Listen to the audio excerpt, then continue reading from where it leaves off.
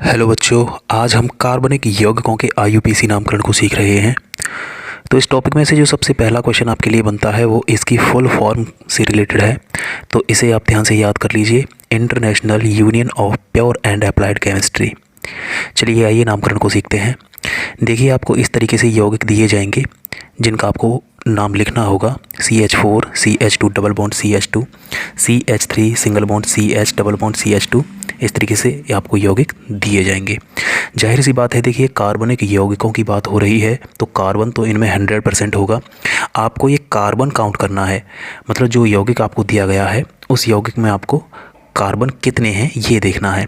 Carbon देखने के बाद हम क्या करें, तो देखिए ये एक लिस्ट है, आप इस लिस्ट को याद कर लीजिए। जो सबसे इम्पोर्टेंट चीज़ इसमें होती है वो ये लिस्ट है, इसके बिना आप कुछ नहीं कर पाएंगे। कार्बन परमाणुओं की संख्या के हिसाब से कुछ शब्द मूल दिए गए हैं जो आपको यूज़ करने होंगे। अगर एक कार्बन आपके पास है तो मेथ यूज कीजिए, अगर 2 कार्बन हैं तो एथ यूज कीजिए, 3 कार्बन हैं तो प्रोप यूज़ कीजिए।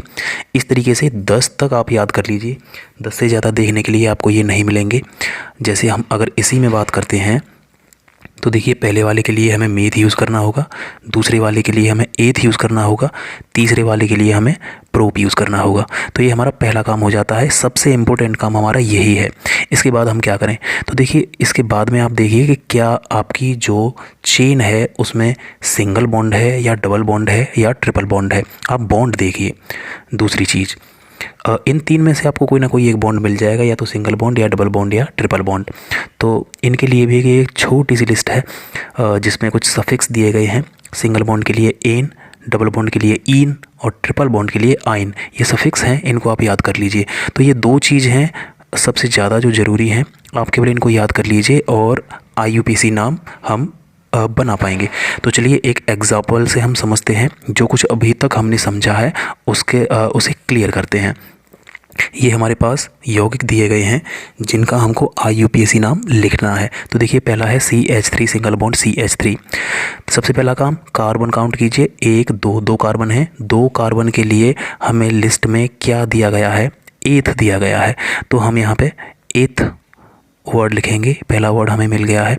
दूसरा सफिक्स देखिए, अब सिंगल बॉन्ड है, सिंगल बॉन्ड के लिए एन, तो एन, ये इसका आईयूपीएसी नाम हो गया। CH3 CH3 का आईयूपीएसी नाम बहुत सिंपल है। चलो दूसरे को देखते हैं, CH3 single bond CH double bond CH2। तो पहला काम वही है हमारा, कार्बन काउंट करने हैं। 1 2 3, 3 कार्बन है।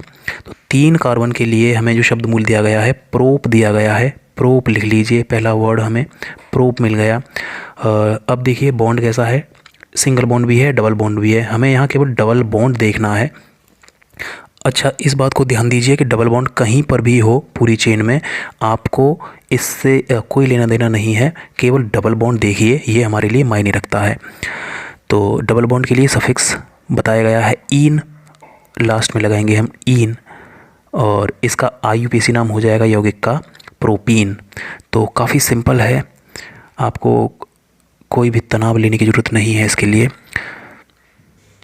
ये मैं कुछ क्वेश्चंस आपको दे रहा हूँ, इनका स्क्रीनशॉट लीजिए और खुद करके प्रैक्टिस कीजिए।